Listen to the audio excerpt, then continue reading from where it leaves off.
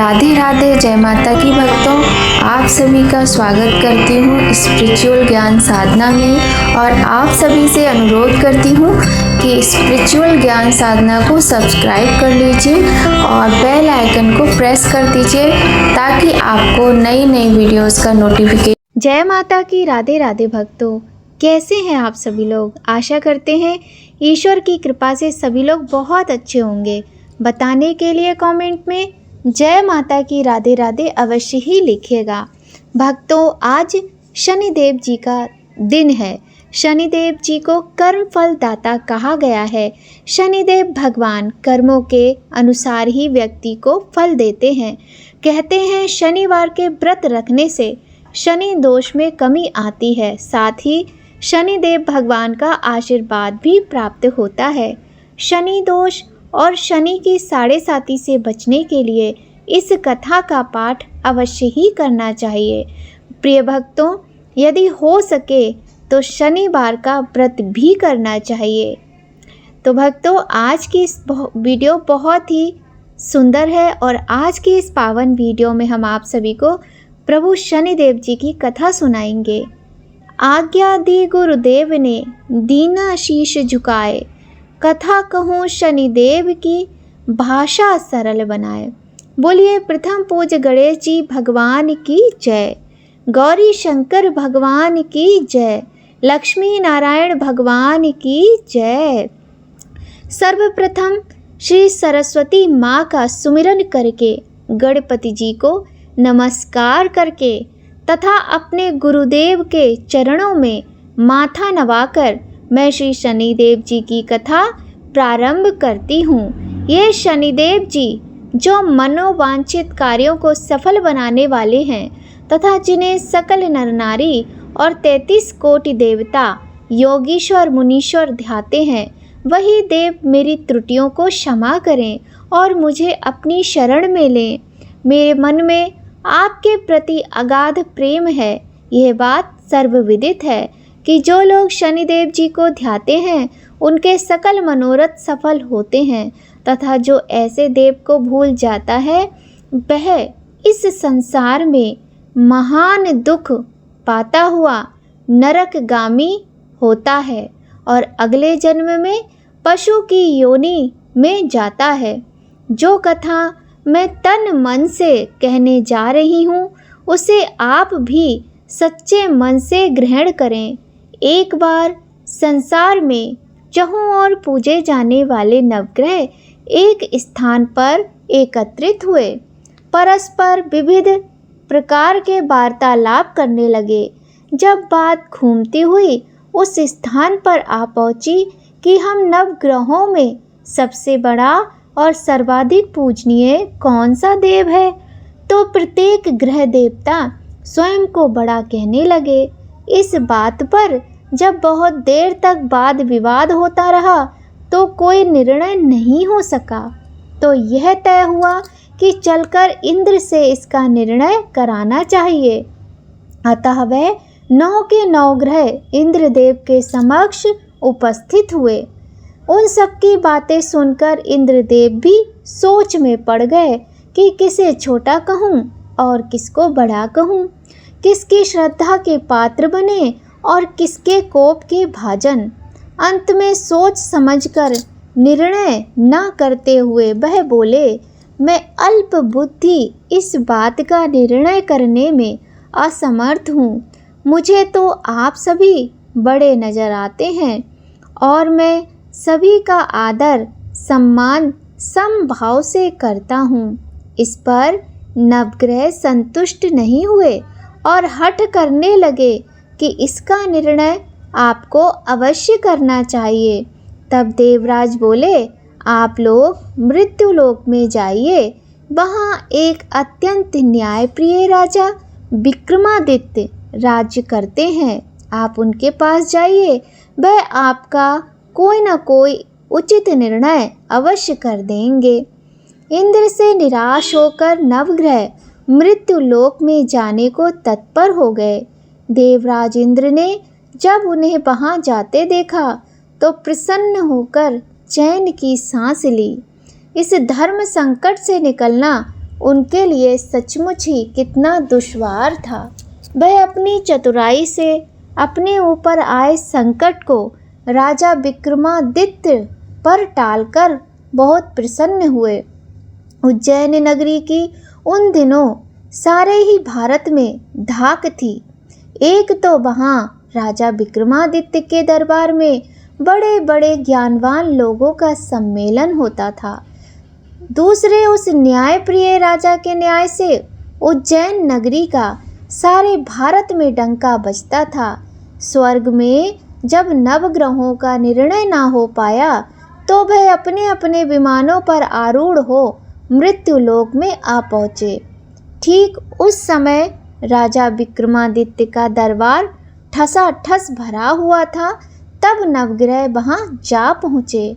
नवग्रहों को इकट्ठे देखकर राजा विक्रमादित्य अपने सिंहासन से उठ खड़े हुए और सभी देवों को सम्मान पूर्वक आसन ग्रहण करने को कहा, किंतु राजा के इस सम्मान को किसी भी ग्रह देवता ने स्वीकार नहीं किया। तब विक्रमादित्य ने प्रश्नवाचक दृष्टि से उनकी ओर देखा तो बृहस्पति देव ने आगे बढ़कर दृढ़ स्वर में कहा, हे राजन, हम यहाँ पर तब तक आसन ग्रहण नहीं करेंगे जब तक कि आप हमारा यह निर्णय नहीं करेंगे कि हम लोगों में सबसे बड़ा कौन है। राजा अपने ऊपर आए इस धर्म संकट को देखकर पल भर के लिए घबरा गए, परंतु शीघ्र ही उन्होंने स्वयं को संभाल लिया। उनके मन में एक युक्ति सोची। उन्होंने दरबार में छोटे छोटे आसनों की एक पंक्ति प्रवेश द्वार तक चली गई। राजा ने उन लोगों से कहा कि आप यहाँ पर आसन ग्रहण कीजिए और मैं सोचकर अपना निर्णय करता हूँ। यह कहकर राजा अपने सिंहासन पर बैठ गए। सिंहासन के निकट ही जो आसन पड़ा था उस पर भागकर बृहस्पति देव जा बैठे। उनके अगले आसन पर सूर्यदेव जा बैठे। सूर्यदेव के निकट चंद्रमा और फिर इसी क्रम में बुध, मंगल, राहु, केतु इत्यादि ने भी अपना अपना आसन ग्रहण कर लिया। पंक्ति में 8वें थे भार्गव, किंतु उन्हें भी संतोष था कि उनके बाद शनिश्चर बैठेंगे, किंतु आसन प्रवेश द्वार के समीप होने के कारण और सबसे अंत में होने के कारण शनिदेव जी उस पर नहीं बैठे। राजा विक्रमादित्य ने सोचा था कि जो ग्रह उस अंतिम आसन पर बैठेगा वह उसी को विनय और दयाशील के आधार पर बड़ा कह देंगे, पर वहाँ तो बात दूसरी ही हो गई। शनिदेव जी अति क्रोधी और विकट स्वभाव के देवता हैं। जब वे नहीं बैठे तो 8 ग्रह खिलखिलाकर हंस पड़े। अपना इस प्रकार से अपमान होते देखकर शनिदेव जी की आंखें क्रोध से लाल हो गईं और भ्रुकुटी तन गई। क्रोध से कांपते हुए बोले, राजन, मुझसे बैर लेकर तुमने अच्छा नहीं किया।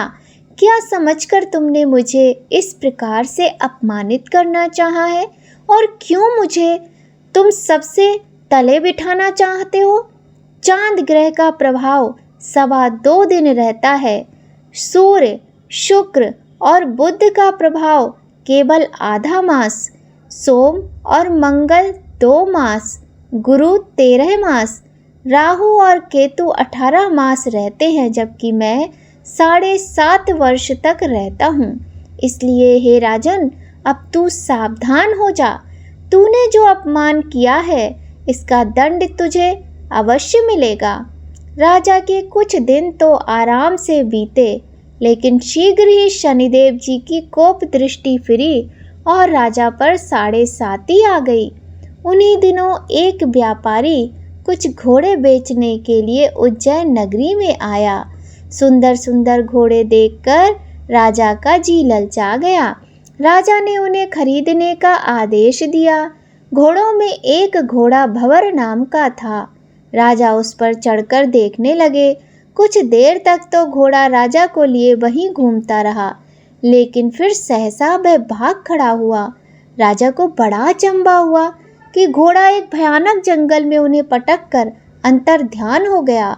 राजा अकेला उस वीरान जंगल में भटकने लगा।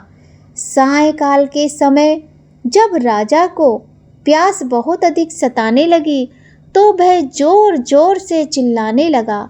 उधर एक पगडंडी से एक ग्वाला अपने गांव को जा रहा था। वह राजा की आवाज़ सुनकर रुक गया। राजा उसके पास गया। ग्वाले ने उसकी व्यथा जानकर उसे निकट की नदी पर ले जाकर पानी पिलाया। पानी पीने के बाद राजा स्वस्थ हो गया और प्रसन्न होकर उसने ग्वाले को अपने हाथ की अंगूठी उतार कर दे दी और उससे कहा कि मैं उज्जैन का रहने वाला हूँ, यहाँ रास्ता भटक गया हूँ, तुम मुझे रास्ता दिखाओ। तब ग्वाला उसे अपने साथ गांव में ले गया। वहाँ एक मिष्ठान की दुकान पर राजा ने मिठाई खा पी कर भूख मिटाई और दुकानदार को भी एक अंगूठी उतार कर दे दी। दुकानदार के पूछने पर उसने उससे भी यही कहा कि वह उज्जैन नगरी का रहने वाला है और उसका नाम बोना है। फिर वह दुकान के बंद होने तक वहीं बैठा दुकानदार से बातें करता रहा। उस दिन दुकानदार की बिक्री बहुत अधिक हो गई। उसने सोचा, यह पुरुष अत्यंत भाग्यवान है जो इसके आने से आज मेरी इतनी बिक्री हुई है। इसलिए रात होने पर वह उससे बोला कि वह उसके साथ घर चले और उसके साथ ही भोजन करे। राजा भी मान गया। जब वह दोनों घर पर पहुँचे तो दुकानदार की पत्नी ने उनका बड़ा स्वागत सत्कार किया और अतिथि के लिए विशेष रूप से भोजन तैयार किया। भोजन करते समय एक अद्भुत घटना घटी। जहाँ राजा भोजन कर रहा था वहीं सामने की दीवार पर सोने का एक सतलड़ा चित्र था। सहसा ही वहाँ एक हार भी टंगा हुआ था, जो कि सहसा हार एकदम से अदृश्य हो गया। दुकानदार के यहाँ एक बांदी थी। उसने जाकर घर की मालकिन से कहा, वहाँ खूंटी पर हार नहीं है। जब बात दुकानदार तक पहुँची तो उसने राजा से बोला।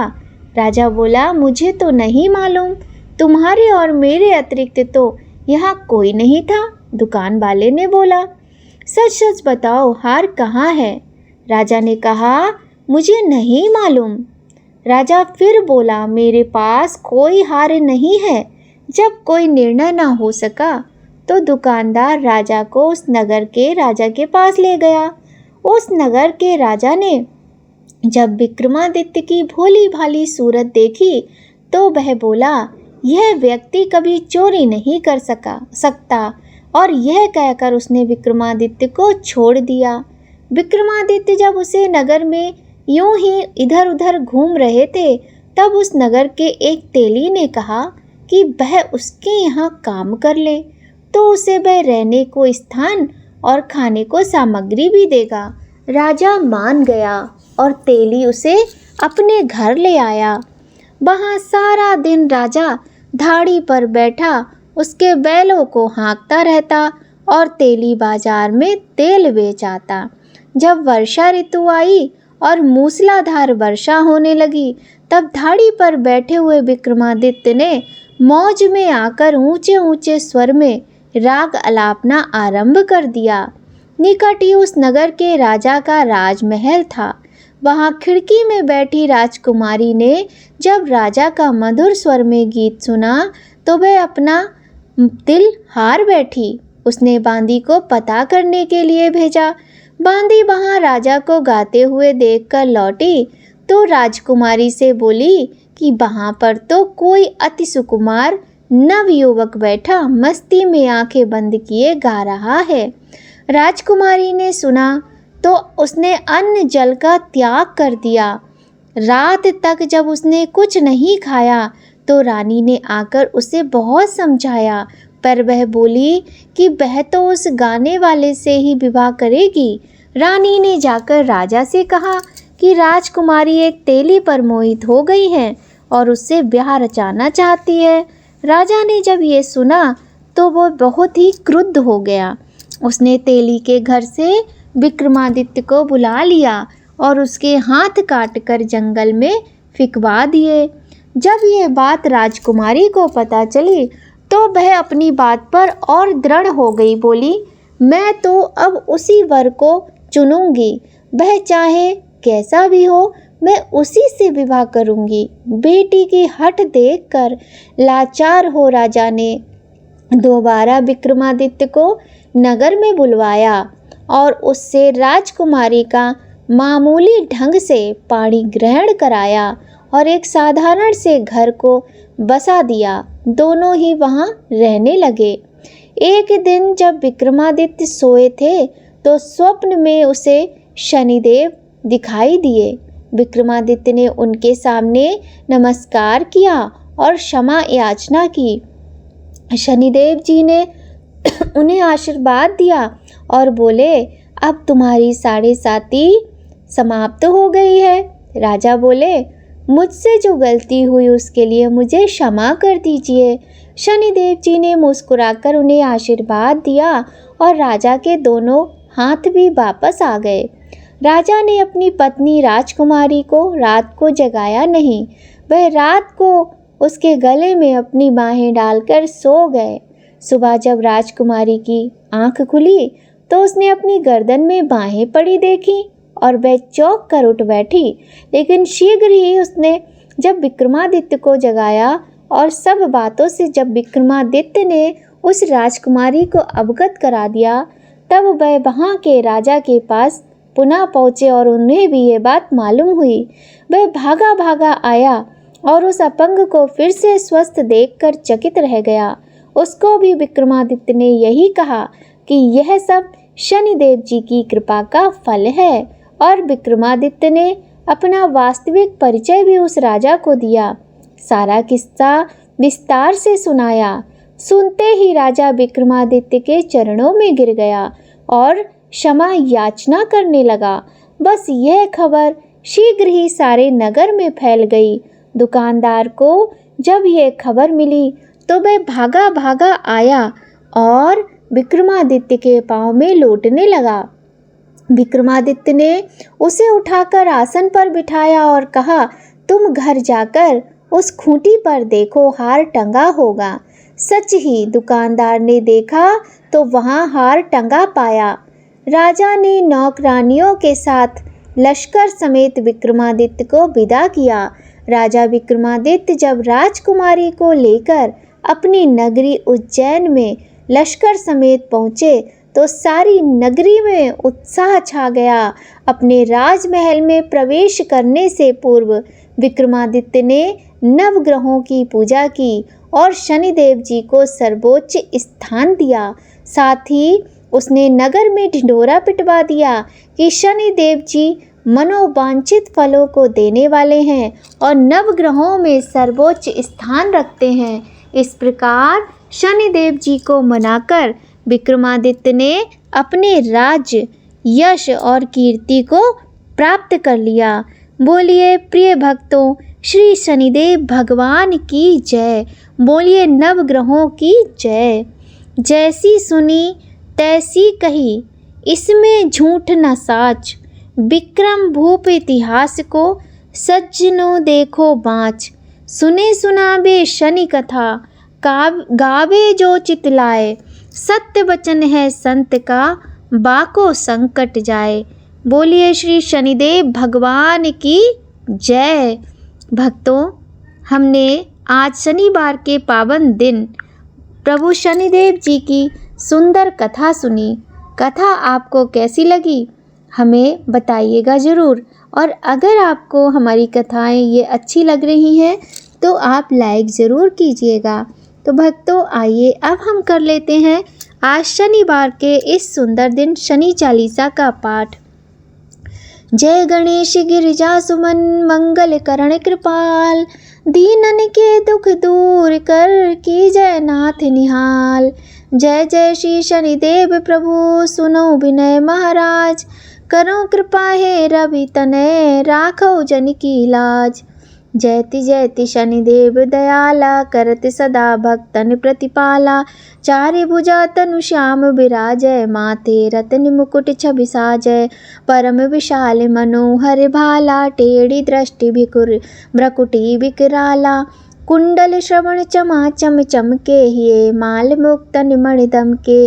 कर में गदा त्रिशूल कुठारा, पल बिच करें अरहि सनहारा। पिंगल कृष्णो छाया नंदन, यम कोड़स्त्र रौद्र दुख भंजन। सौरी मंद शनि दश नामा, भानुपुत्र पूजई सब कामा। जा पर प्रभु प्रसन्न हुए जाहि, रंग कौराव करे क्षण माही। पर्वतों तृण होई निहारत, तृणों को पर्वत कर डारत। राज मिलत बन रामई दीन्यों, कह के कीमत हर लीन्यों। वनों में मृग कपट दिखाई, मातु जानकी गई चुराई। लखनई शक्ति विकल करि डारा, मचिगा दल में हाहाकारा। रावण की गतिमति बौराई, रामचंद्र सो बैर बढ़ाई। दियो कीट करि कंचन लंका, बजि बजरंग वीर की डंका। नृप विक्रम पर तुहि पगुधारा, चित्र मयूर निगल गए हारा। हार नौ लखा लाग्यो चोरी, हाथ पैर डरवायो तोरी।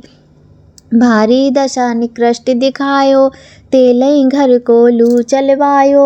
विनय राग दीपक मैं कीन्यो, तब प्रसन्न प्रभु हुए सुख दीन्यो। हरिश्चंद्र नृप नारि बिकानी, आपों भरे डोम घर पानी। तैसे नल पर दशा सिरानी, भूजी मीन कूद गई पानी। श्री शंकर गयो जब जाई, पार्वती को सती कराई। तनिक बिलोकत ही कर रीसा, न बूढ़ गयो गौरी सुत सीसा।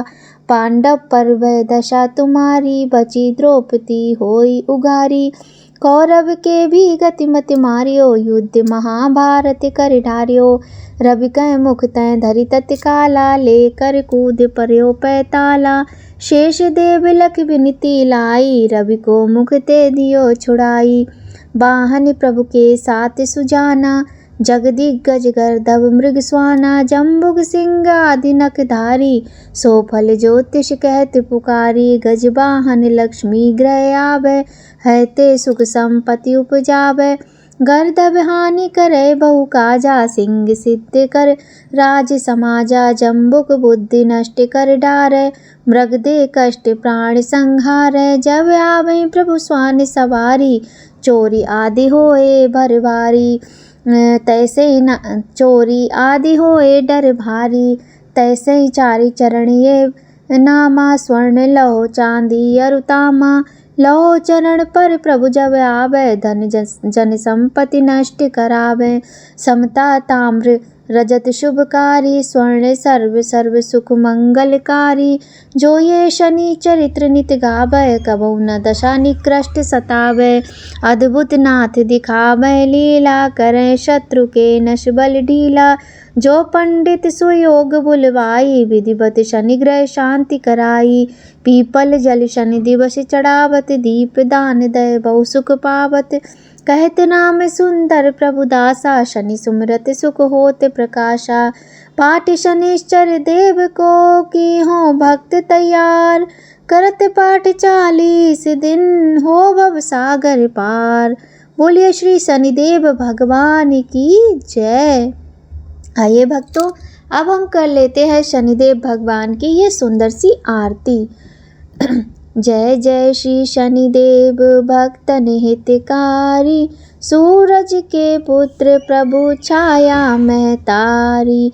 जय जय श्री शनिदेव भक्तन हितकारी, सूरज के पुत्र प्रभु छाया महतारी। श्याम अंग वक्र दृष्टि चतुर्भुजाधारी, श्याम अंग वक्र दृष्टि चतुर्भुजाधारी। नीलांबर धर ध्यान गज की सवारी। जय जय शनिदेव प्रभु भक्तन हितकारी, किरीट मुकुट शीश रचित दीपत है लिलारी। किरीट मुकुट शीश रचित दीपत है लिलारी। मुक्तन की माला गले शोभित बलिहारी। जय जय शनिदेव प्रभु भक्तन हितकारी, मोदक मिष्ठान पान चढ़ते हैं सुपारी, मोदक मिष्ठान पान चढ़ते हैं सुपारी, लोहा तिल तेल उड़द महेश अति प्यारी, जय जय शनिदेव प्रभु भक्तन हितकारी, देव धनुज ऋषि मुनि सुमिरत नर नारी, देव धनुज ऋषि मुनि सुमिरत नर नारी, विश्वनाथ धरत ध्यान शरण है तुम्हारी, जय जय शनिदेव प्रभु भक्तन हितकारी, जय जय शनिदेव प्रभु भक्तन हितकारी, सूरज के पुत्र प्रभु छाया में तारी। भक्तों बोलिए श्री शनिदेव भगवान की जय। आप सभी पर न्याय के देवता प्रभु श्री शनिदेव भगवान का आशीर्वाद सदा बना रहे, इसी कामना के साथ आज की वीडियो यहीं पर संपन्न होती है। भक्तों वीडियो पसंद आए तो लाइक ज़रूर करें, कमेंट करें, वीडियो को शेयर करें। चैनल पर यदि पहली बार आए हैं तो चैनल को सब्सक्राइब करके बेल आइकन प्रेस कर दीजिएगा, ताकि आपको आने वाली वीडियोस का महत्वपूर्ण नोटिफिकेशन सबसे पहले मिले। तो भक्तों आप सभी से विदा लेते हैं। जय माता की, राधे राधे भक्तों।